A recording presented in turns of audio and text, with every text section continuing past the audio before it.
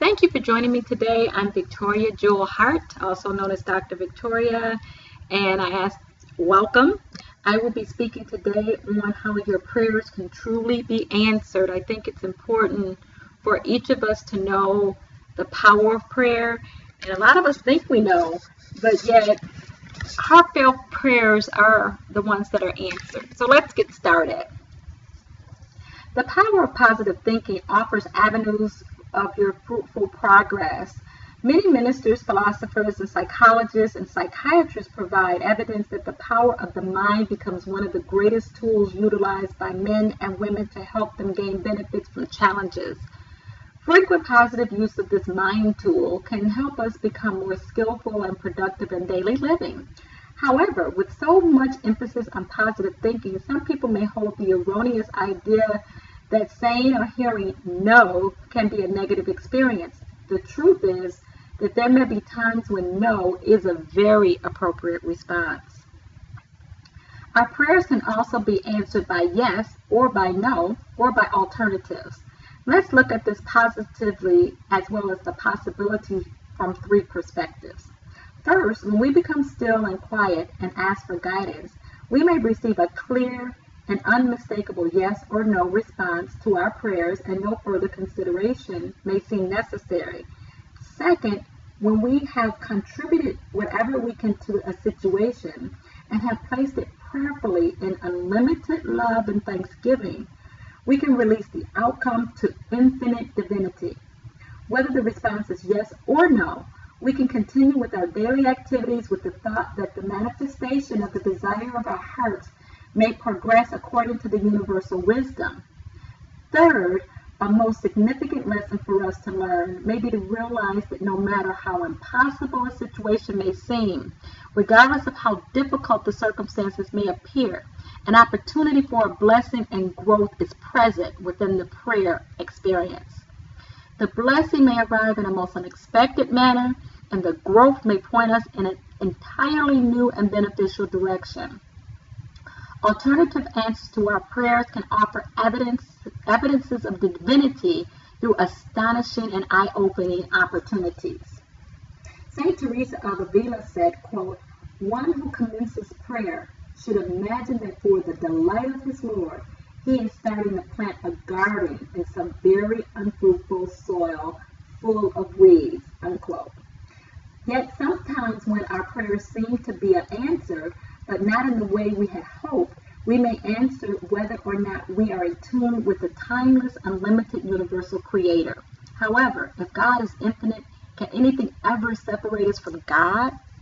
Spiritual communion occurs in two directions. We express to God our heartfelt feelings and sincere desires. The Creator's response to us may be realized in multi-dimensional ways. To humbly open our little minds to divine inspiration, cultivating the quality of our thinking process is definitely beneficial. We can be wide, open-minded, attentive, and listening for new insights. We can also be spontaneous, attentive, and flowing with the insights we receive. The quick and striking benefits that are often obtained can be amazing. Rabbi Louis Finkelstein is quoted by saying, "When I pray, I speak to God. When I study, God speaks to me," unquote. Our spiritually directed thoughts may be likened to a river moving within its banks. The banks keep the water moving in a certain direction. Yet within those banks, the water is free to swirl spontaneously over and around obstacles. We incline our thoughts in a spiritual direction while leaving them flexible enough to be influenced and guided by the divine infinite intellect that is vastly beyond human intellect. For our prayers to be maximally effective, do we ask not only for wisdom to understand the divine guidance, but also the strength to take action and accomplish the appropriate work? How may the results of our prayers allow us to observe divinity in our lives? Do we move focused and steadily, learning from difficult situations? Are we able to see the divine purpose may be more beneficial for us than the requests in our prayers? Do we monitor the thoughts, ideas, and impressions that enter our field of awareness? looking for opportunities to learn? Do we feel that surge of joy empowered by spirit filling our endeavors? Are our interactions with others changing for the better as we move through various experiences? Does the process of daily living become more directional, fruitful, and filled with greater purpose? The universe is abundant with meaning and purpose. Our humble prayers and our growth in spiritual life are worthy of our best efforts. In closing, worship can have a tremendous benefit on the human personality. Its transforming impact in many instances has quite a bit beyond description.